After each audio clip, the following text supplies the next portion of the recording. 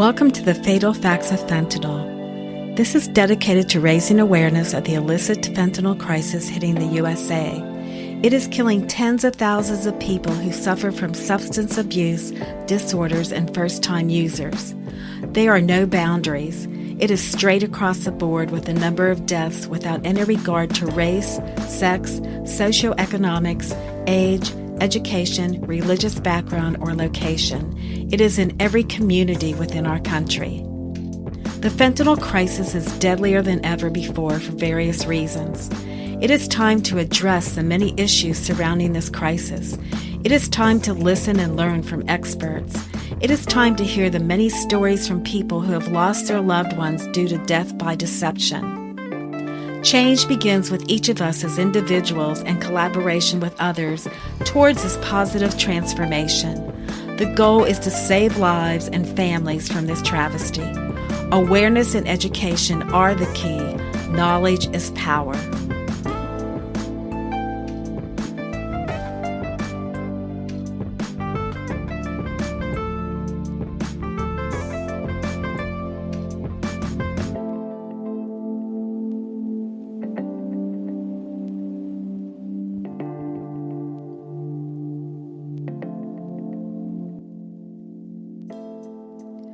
I am your host, Lisa Carol Cood, an educator and advocate to help bring awareness to the fentanyl crisis touching every facet of our society. I am a mother who recently lost her son to fentanyl poisoning. I know firsthand the pain of grief surrounding the loss of my firstborn son. I created this podcast in hopes of channeling my heartbreak and put my energy into trying to prevent similar tragedies. I find solace and strength in working to spare other families a similar grief, and any person battling this addiction. Tragedy has a way of being something powerful. This is in honor of my beautiful son's life, forever 32. Right here on Fatal Facts of Fentanyl, you will learn from experts on the front line combating the many issues surrounding fentanyl. You will hear personal stories from families and friends who have lost their loved ones and have taken their grief and pain to turn it around to make positive changes and bring awareness and education. You will also listen to people who have struggled with an opioid addiction and are still struggling and are now in active recovery. All of us share a common bond. We are all here to make a difference. We are all here to bring you the fatal facts of fentanyl.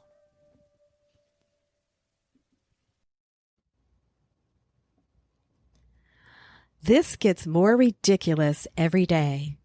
And what is even more ridiculous is a complete lack of effort on the part of this administration in getting the word out and effectively spread.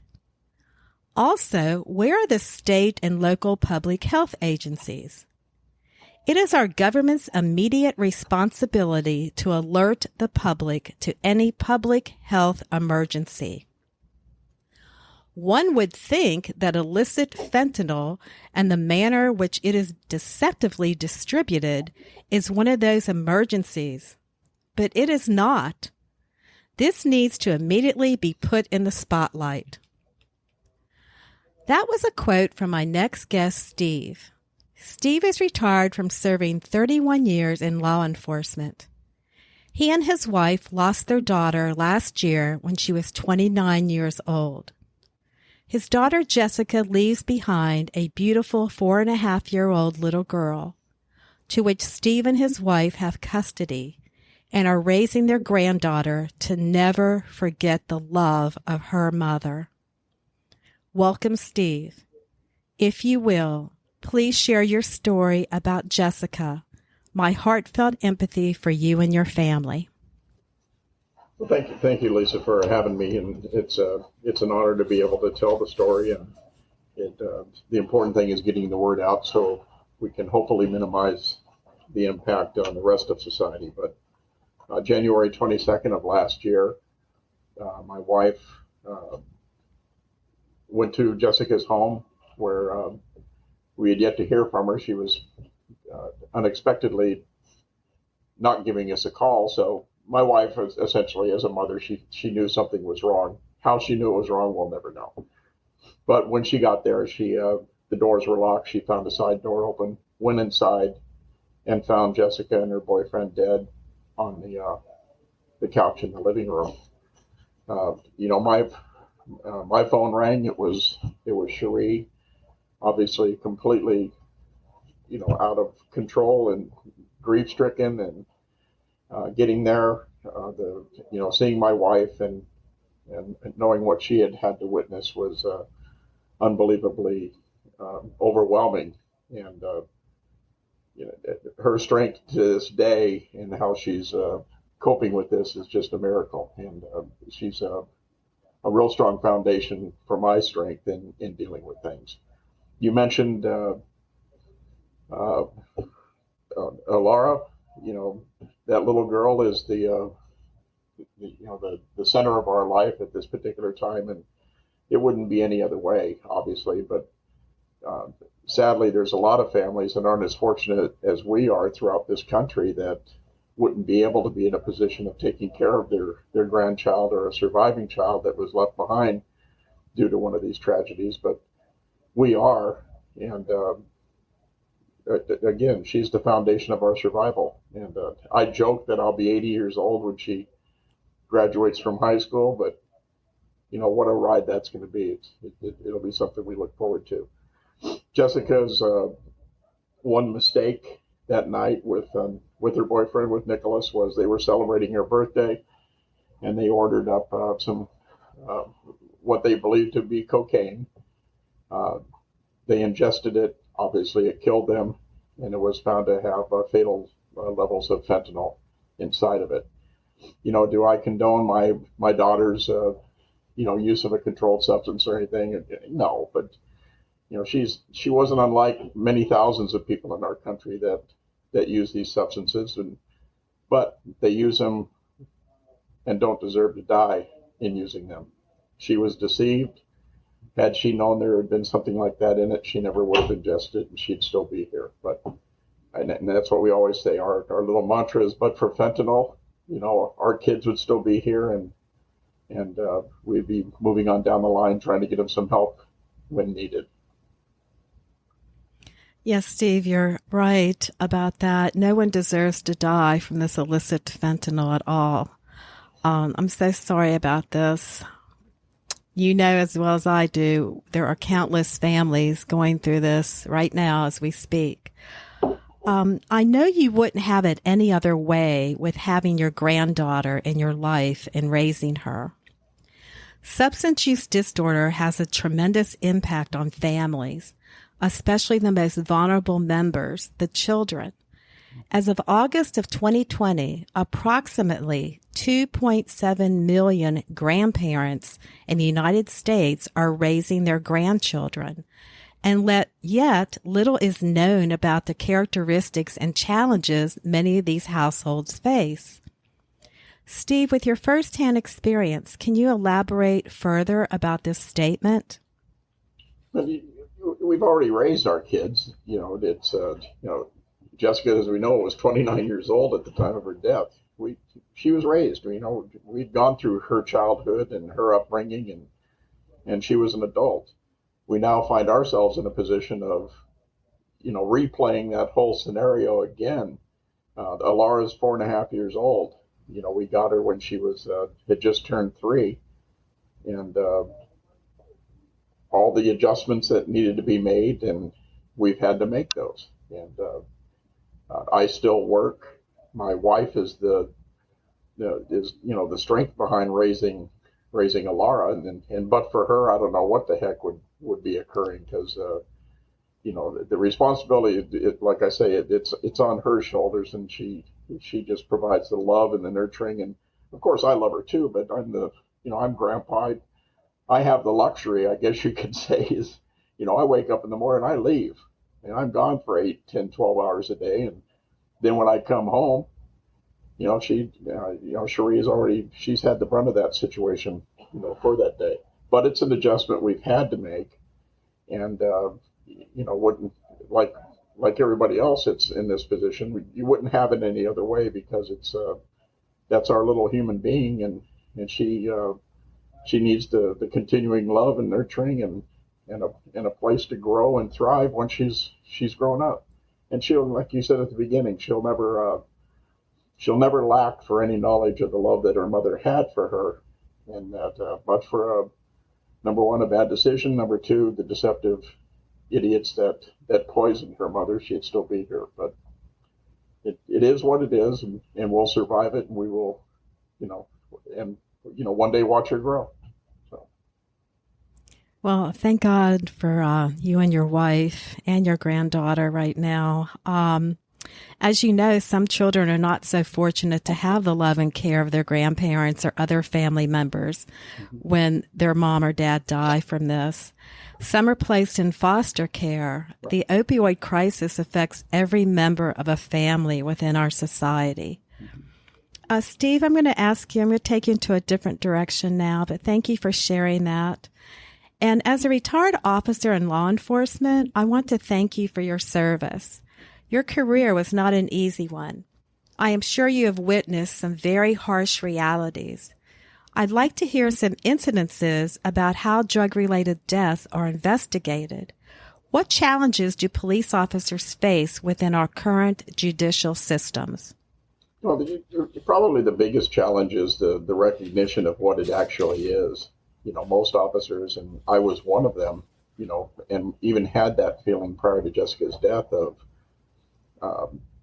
hey, it's a tragedy, somebody died, but they shouldn't have been using a drug. But for using narcotics or something like that, they'd probably still be alive.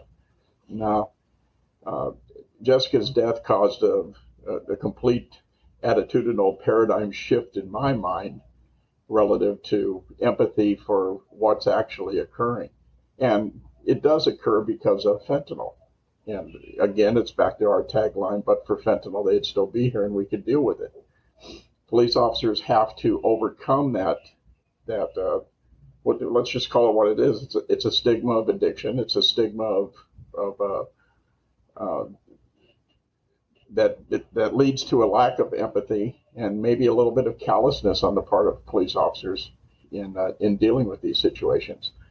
But they have to break away from that stigma and that attitudinal shift that's necessary and start dealing with these for what they are.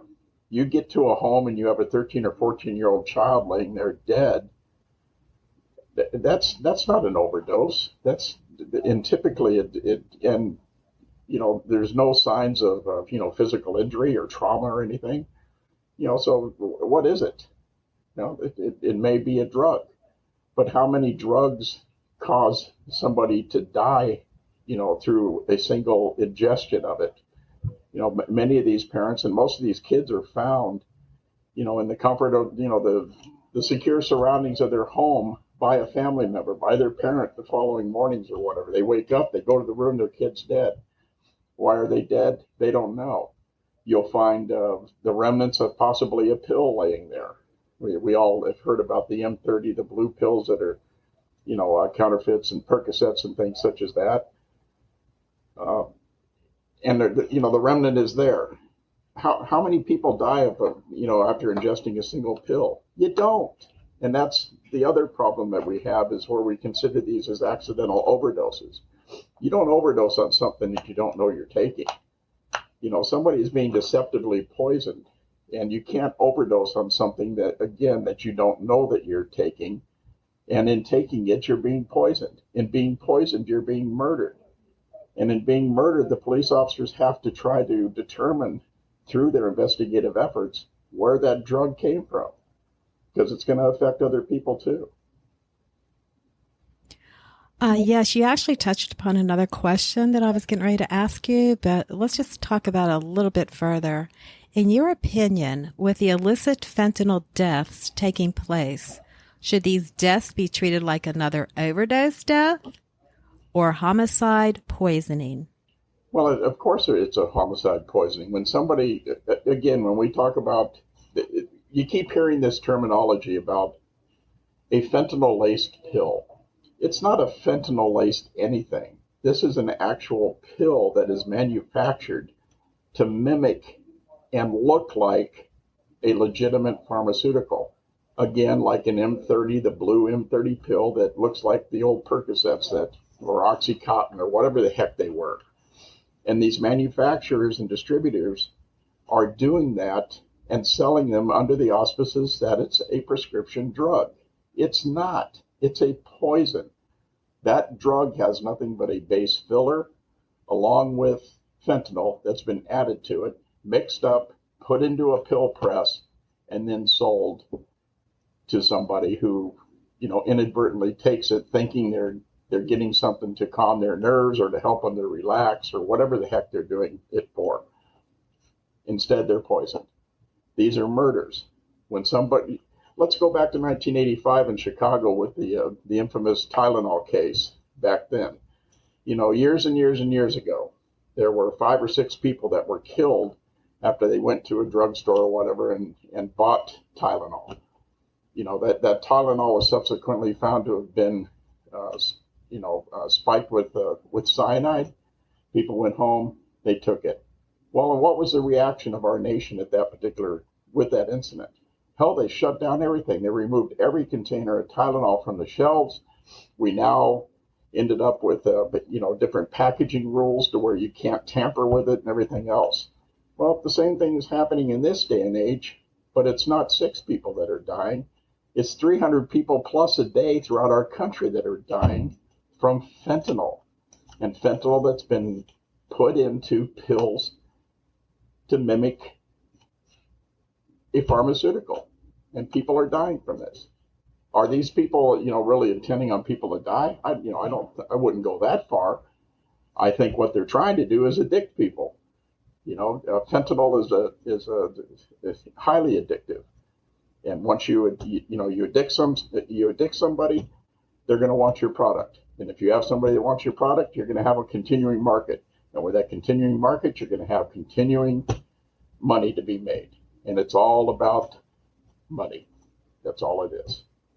It is all about money. Plus, illicit fentanyl is less expensive to manufacture than street heroin or prescription Oxycontin or any of that. Now, I know you talked about the counterfeit pills. How do you feel about your daughter, like Jessica, who died thinking she was going to do cocaine, and here it was pure fentanyl? How do you feel about that? Should that be considered a homicide poisoning or just another overdose death? But for fentanyl, my daughter would be alive. Had that fentanyl had not been intentionally put into that product, cocaine rarely kills anybody. All right? Fentanyl killed my daughter. She had 30 nanograms of fentanyl per milliliter in her system. Her boyfriend had 50 nanograms. That equates to about 3 milligrams and 5 milligrams respectively with both of them. And 2 milligrams is typically a fatal dose. They were killed. But for fentanyl in that system, my daughter would have woke up the next day, probably felt bad about doing what she had done, and we could have talked about it and maybe done something. Some bastard intentionally put a poison into a street drug, gave it and sold it to my daughter and her boyfriend, and they died. That's a homicide. That's murder. To what degree? How do we change this? How do we change that in our country? Because most investigations in the law enforcement departments throughout the United States are still considering that accidental overdose. How do we change that to homicide poisoning? You have to change the attitude. You have to eliminate the stigma of drug addiction and substance use disorder. Once that stigma is eliminated, we could probably find some advancements in prosecutions and everything else. Our group, myself, Amy Neville, Matt Capilouto, Jaime Puerta, we went on a quest in Southern California, and we visited the Southern California sheriffs, and we talked about our children, and we talked about the manner in which they died. And we also equated the manner in which they died with the lingering stigma of addiction amongst the law enforcement community. And we urge them to recognize that, understand and train your officers to start looking at these not as an accidental overdose. There's nothing accidental about a poisoning. When somebody is poisoned, they've been murdered. In each and every case, the Riverside County Sheriff, Chad Bianco, he, along with Mike Hestron, the Riverside County District Attorney, had already started looking at these things and came up with different investigative protocols to seriously look at them so that they can prosecute the dealer once they're identified. But we then we met with Sheriff McMahon in San Bernardino County, which is my county. Sheriff McMahon was so cognizant of the issue, he created a team within his agency, and they called it an overdose response team. And in these situations where people are found dead at their homes and fentanyl is suspected, they start the investigation and work it in a backwards manner to try to find out where did this stuff come from. You know, they take the phones, they take the communications, they look at the history, they look at the social media, and they put the pieces of the puzzle together and effectively start being able to start prosecuting these suspects and the people that are distributing this. Local laws, the state of California, laws associated with the distribution and sales of narcotics has been watered down so bad, you might as well not even have the friggin' laws. To be able to prosecute somebody for murder in the state of California for narcotics distribution, you have to show implied malice, which implied malice is very simply the person knew what they were doing was hazardous and could lead to somebody's death, but even with that knowledge, they continued to do it. Well, proving that is very difficult sometimes, but it's really hard to investigate and prove it if the investigators don't do what they're supposed to do. If the police officers did what they're supposed to do, put the pieces of that puzzle together and give that puzzle to the district attorneys would happily start charging people with second-degree murder or voluntary manslaughter. That's what needs to be done. An attitudinal change is necessary. And I guarantee you, everybody that you talk to, or an overwhelming majority of the families that you talk to, the bereaved families, they will tell you the cops don't think it's serious. They didn't take it seriously. They had the audacity to tell me my daughter or my kid died of a drug overdose. And some of them would even go to far enough saying they're responsible for their death. No, they're not responsible for their death. Fentanyl is responsible for the death. Because again and again and again, but for fentanyl, they would still be here. Period. Yes, period. I want to ask you something because I always wondered about this along with other families facing this issue right now. When the police investigation is closed, do you feel like they just feel like they have their hands tied? Like, do they feel like what's the use? I do all this investigative work and then I go into the court system or judicial system and everything is thrown out because I didn't have, my T's crossed and my dots, you know what I'm talking about with that. And they didn't have enough probable cause or they didn't build a strong enough case. Those are two terminologies that I hear and other families hear. What does building a strong case, what is involved in that? And also, can you explain what probable cause is? Well, you're not going to build a strong case if you don't investigate the damn thing. And that's the problem. The officers are not doing what they should be doing. I worked homicide for 11 years. I was involved in several hundred death investigations and was the case agent in, 60 or 70 murders in itself. You take every initial death investigation and you work it as if it's a homicide. You can always work backwards. Once you determine maybe it wasn't, an intentional death or, malice aforethought was involved or anything else, you can back away from it and just do a death investigation. But if you don't start out and investigate the case as it should be, you're going to lose the evidence. You're never going to be able to gather the evidence that's necessary for the prosecutors to put somebody in prison. Most of the time, and I hate to say it, it's a cop-out. When cops say, There wasn't probable cause, there wasn't this, there wasn't that. Well, there probably wasn't, because you didn't do your part. We're paying you, and your responsibility is to effectively and conscientiously investigate my kid's death. And I'll give credit to the police department in our area. My daughter's case is still being investigated, and they've done a great job. And I cannot, criticize them. Well, they know me too, and I think I probably got a little credit out of it. Not credit, but a little bit of treatment that because of who I am and that they knew me and it was my kid. Everybody should receive that treatment. Every death is just as important, whether or not you know the victim or not. You need to do what your job is. If the district attorney doesn't prosecute it, then find out from the district attorney, what do I need to prosecute it? And I'll make sure we dig for that even more in the next cases that come across our desk. But you have to take them seriously. These are not overdose deaths. In a majority of the cases, an overwhelming majority of the cases, they're not overdoses. They're poisonings. And a poisoning is a murder. Wow, we need more people like you in our police departments. Really. Well, they're there. They're here. And that's the thing. I don't want to have a stigma against the police department either. I mean, people have got to quit doing the blame game in this country, because nothing is ever going to be positively changed unless the stigma changes. But to their defense, they're locked into that. We have to change that. And Sheriff Bianco, Sheriff McMahon, Sheriff Barnes down in Orange County, Sheriff Villanueva in Los Angeles County, they've recognized that, and they've developed protocols within their agencies to deal with this. And it takes a lot of guts for a leader to say, maybe we were doing it wrong, but let's make sure we don't do it wrong in the future. And that's what our sheriffs in Southern California have done.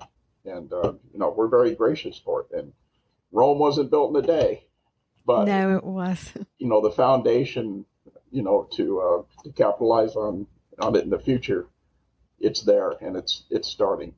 Now, if we can just get our politicians, if we can just get the media and everybody else to recognize what it is, and start talking about education and awareness, warn people. If every day you hear about something, another 14-year-old dies. They took a pill, an accidental overdose. For God's sakes, let's change the terminology. It was a fentanyl poisoning. Well, we don't know that until the toxicology comes back. Well, I'm here to tell you, yes, you do know it. It has happened, and that trigger is there. A 14-year-old died today, and it's becoming an all too common occurrence in which, once the toxicology results come back, it's fentanyl. So why isn't there a groundswell of friggin' interest amongst our media, against our public agencies like public health departments, saying, don't take this blue pill. One pill can kill. If you don't get the pill from your doctor or a pharmacy, it's a counterfeit. Don't take it. It will kill you. The DEA has said that 25% of the pills out there contain a lethal level of fentanyl. A lethal level of fentanyl. Put 4 pills out there and tell somebody, which one do you want to try? You going to make that choice? I don't want to make that choice. That's Russian roulette with pills. And it's ridiculous. But nobody knows it until it affects them personally. And it all falls back to the lack of public education and knowledge. If these were Tylenol pills, if this was a plane crashing every day, how's that? I love that analogy where somebody came across and said, if a 737 was crashing every day and 300 people were dying, you wouldn't have any planes flying. They'd get to the bottom of it. Well, we got 300 people a day dying in our country because of illicit drugs, of which 75% of those drugs involve fentanyl. Why the hell aren't we doing something about that? That is $1 million question that all of us have asked and wondered. And why do grieving parents have to be the ones trying to get this public awareness and education, even though we're not going to stop, by any means. But I wish we had, just like we had COVID. Now, COVID is very serious, no doubt, but I wish we had an illicit fentanyl counter every day on our news, spread across this country, a public health awareness, our government talking about it, just like we are talking about COVID and trying to save lives. We should be doing the same thing with illicit fentanyl. Now, that's my opinion. I'm sure a lot of people share that opinion with me. Well, everybody does, and everybody needs to know that. Everybody needs to know. Watch your kids. Make sure that they aren't doing this. And this is beyond the old DARE program, just say no to drugs type thing. Kids are a lot smarter than that. For God's sakes, they got these little computers in the phones, and social media. You'll be doing segments, or you've done segments relative to access to controlled substances through social media like Snapchat and Facebook and Instagram and all this crazy stuff. That's a whole nother segment for you to talk about. People have to be aware of what their kids are involved in. It's don't regret not looking, in the future. It's too late once you find your kid dead on a couch. It is too late, unfortunately.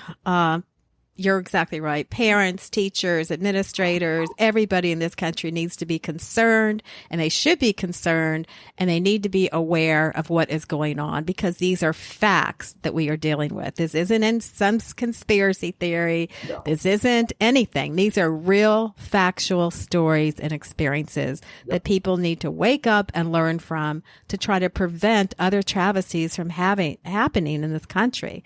Now, Steve, please share with our audience the groups that you are involved with in bringing awareness and education to this illicit fentanyl crisis, and the most recent event at the California State Capitol on August 23rd. Grief, sadly brings people together, and I've had the great fortune through a tragedy to meet the most wonderful group of people really in my life, for God's sakes, I guess. I first met Matt Capilouto, who was involved with a drug-induced homicide organization. It's a national, plus he's in charge of California DIH. I then met Amy Neville, who's with the Alexander Neville Foundation. Her 14-year-old son was killed with a counterfeit pill. Matt's daughter was killed by a counterfeit pill, also purchased off Snapchat. Amy's also purchased off Snapchat, we believe. Jaime Puerta, whose 16-year-old son, Daniel, was also another victim of a counterfeit pill.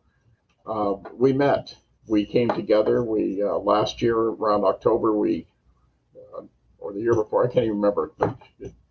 It was last year around October. We met in Columbus, Ohio, at an event in which grieving parents from throughout the country got together, and we've moved on from there and have formed an organization which we call VOID, VOID, and it's an acronym for Victims of Illicit Drugs. And our primary responsibility that we're trying to accomplish is education and awareness, along with a little bit of, when possible, legislative advocacy to do something to try to stop this scourge that's killing, again, 300 people a day throughout the country.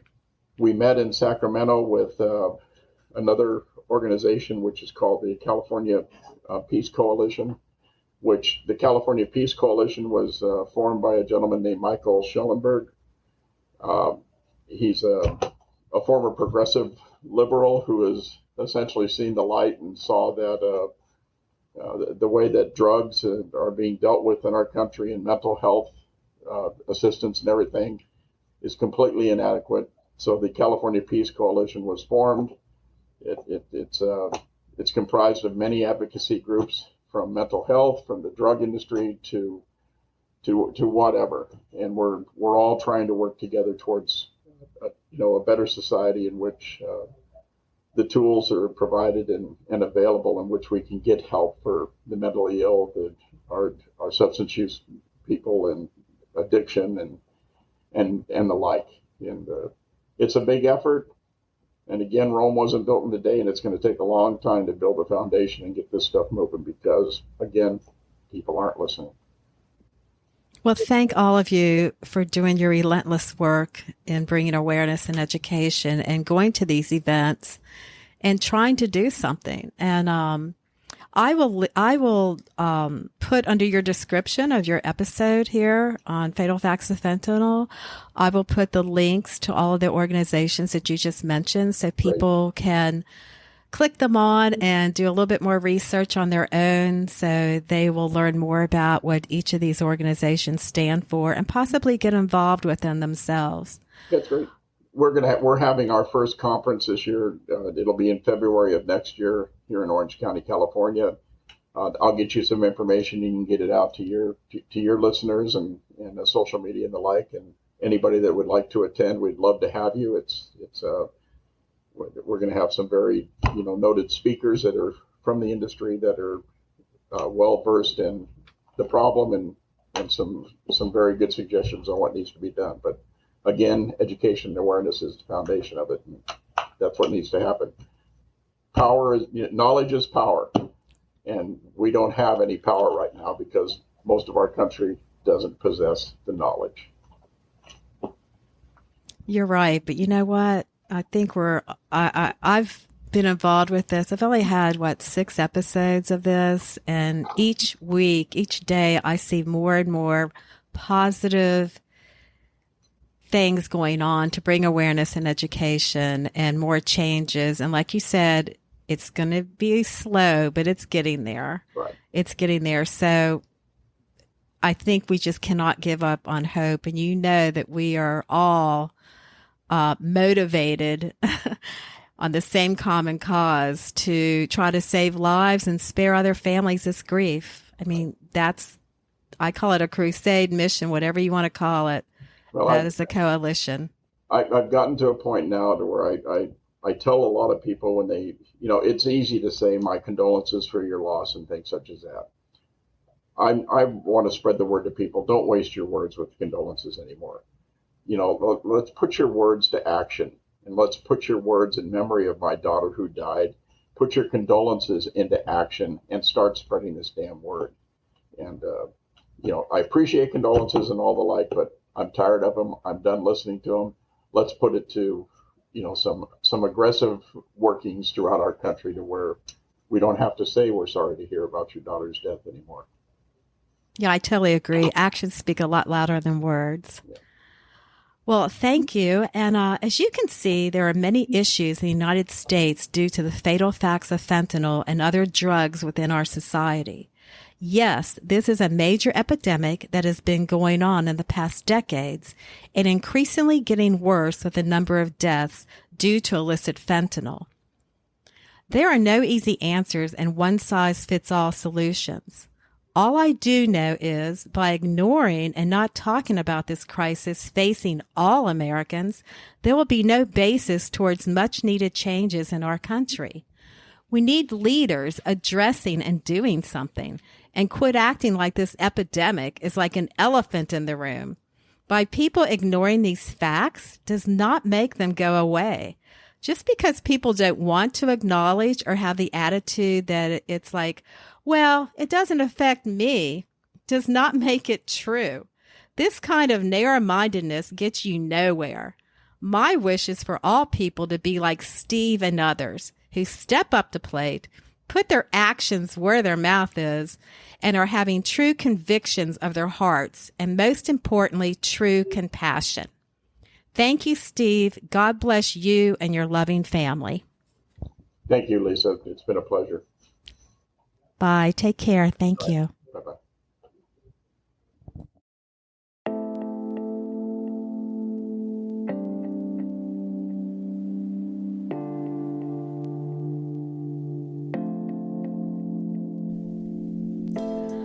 To our listeners, thank you for tuning in. Please subscribe to this weekly podcast.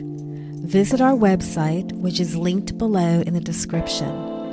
On the website, click on the social media icons and feel free to share this podcast with others. And also, please leave your reviews and ask questions that you would like for me to ask our guest. For our next episode, dealing with the fatal facts of fentanyl. Enjoy your week. Many blessings.